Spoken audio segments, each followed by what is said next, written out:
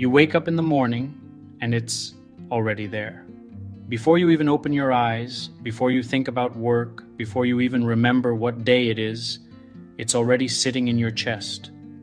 Quiet, heavy, as if you owe something, but to whom and what is unclear. It's anxiety. If you're watching this video, you probably know this feeling all too well. In 1946, psychiatrist Viktor Frankl was released from a Nazi concentration camp. He had lost his wife, his parents, his brother. He survived what most people can't even imagine. And instead of breaking, he wrote a book that changed psychology forever. The book is called Man's Search for Meaning. Frankl wrote, "He who has a why to live can bear almost any how." Think about that phrase.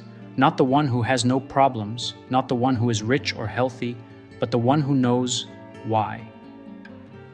Frankl noticed a strange thing in the camp. People who had a purpose to survive, for a child, for a manuscript, for a loved one, they held on longer.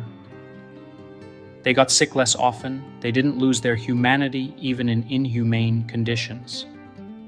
And those who lost meaning faded quickly, even if they were physically stronger. What does this mean for you? Your daily anxiety is very often not a fear of a specific threat. It's a signal that there is no clear enough why in your life, no vector, no point of attraction. Anxiety fills the void where meaning should be. Now another author, David Burns, an American psychiatrist, Stanford professor. His book, When Panic Attacks, became one of the best-selling psychology books in history. Burns spent decades studying one question: why anxious people suffer not from real threats, but from their own thoughts about those threats. He identified so-called cognitive distortions. These are false thought patterns that the brain uses automatically. Here are the most destructive ones. First is catastrophizing. This is when you take a small problem and blow it up to the size of the end of the world. The boss looked at you the wrong way? That means I'm definitely getting fired. Your wife didn't reply to a message? That means something happened. Second is mind reading. You are convinced that you know what other people are thinking about you, and this belief is almost always negative. They think I'm a loser. She thinks I'm boring. But these aren't facts. These are your fears dressed up in other people's words. Third is fortune-telling. You are convinced you know how a situation will end, and again, almost always for the worst. This is definitely going to fail. I won't be able to do this. Nothing will change anyway. Burns says a simple thing. These thoughts are not the truth. They are habits, and habits can be changed. But here's what's important. A thought is not just words. A thought is an impulse to action. You think nothing will change anyway, and you don't take a step. You don't take a step, and nothing changes. Nothing changes, and anxiety grows. The circle is closed. There it is, the thread I was talking about at the beginning. A thought breeds an action shapes a life. Life determines the state of your soul. Now let's talk about the mechanism. Where does anxiety come from every morning? About 2,000 years ago, a man wrote down his thoughts in a diary, not for publication, but for himself. His name was Marcus Aurelius, a Roman emperor. We know his diary as Meditations. He wrote, "People are disturbed not by things, but by the views they take of things. This is one of the most important ideas in human history. Remember it." Marcus Aurelius says, "It's not the world that hurts you. Your thoughts about the world hurt you." Imagine two people. Both lost their jobs on the same day. The first thinks, "It's all over, I'm a loser." And the second thinks, "This is a signal to move on." Both have the same event, but a different state of mind. Why? Because of different thoughts. There is a book that is more than 2,000 years old, and in it are a few lines that modern psychotherapists quote in their sessions. Matthew chapter 6. Christ says, "Therefore do not worry about tomorrow, for tomorrow will worry about itself. Each day has enough trouble of its own." This is not a call to irresponsibility. It's an invitation to presence.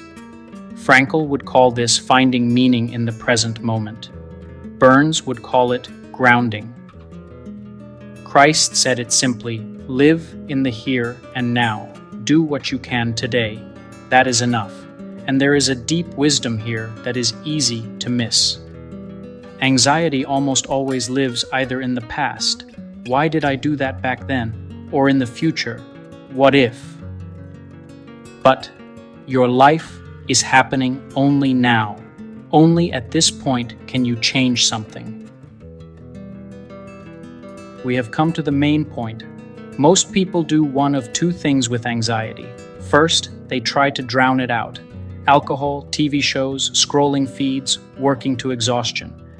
This works, but for a few hours, maybe days, and then the anxiety returns even stronger. Second, they go into their heads, start analyzing, digging, looking for causes, and drown in this analysis, because a head without action is a swamp with no way out. Frankl, Burns, and the Bible, all three say the same thing in different words.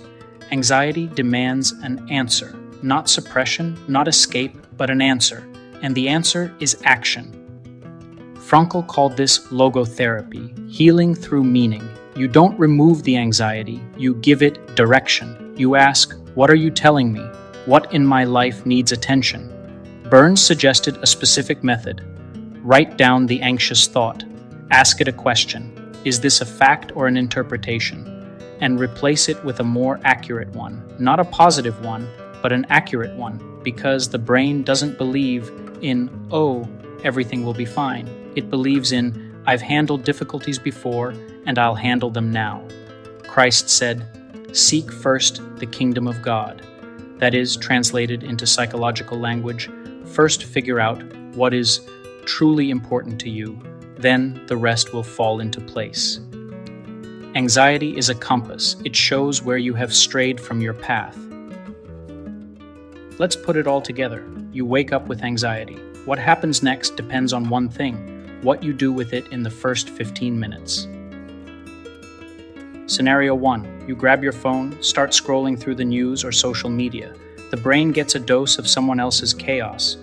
Anxiety intensifies, you don't eat breakfast properly, you drive to work irritated, snap at your loved ones. In the evening, you drink something to relax and fall asleep feeling like the day passed you by. Tomorrow is the same.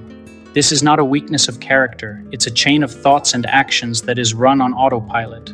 Scenario 2. You wake up with anxiety, you stay with it for 1 minute, and you ask, what are you about? Maybe the anxiety will say, you haven't had an honest talk with your wife in a long time, or you've been putting off an important conversation with yourself for 6 months, or you're not living your own life. You write this down in one sentence. You get up, you take one small action in the direction of what the anxiety showed you. One phone call, one step, one decision. In the evening, you go to bed with a light but real feeling. I did something important. Maybe small, but real. This is what working on your life is. Not heroic leaps once a year, but daily small answers to the questions that anxiety asks you. The thought changes, actions change, life changes, the soul aligns. 3 things you should remember. First, anxiety is not a disease or a weakness. It's a signal that something in your life needs attention.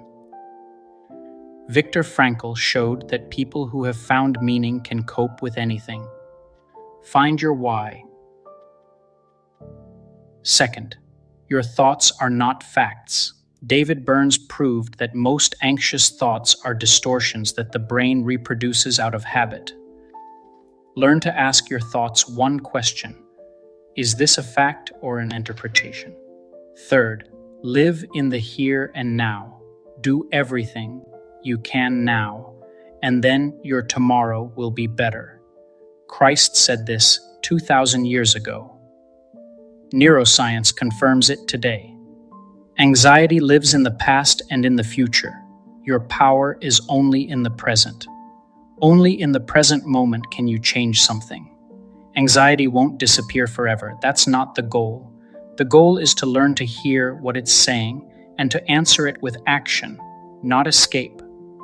Every day, little by little. This is what working on yourself is. This is the path. If this video gave you even one thought, subscribe.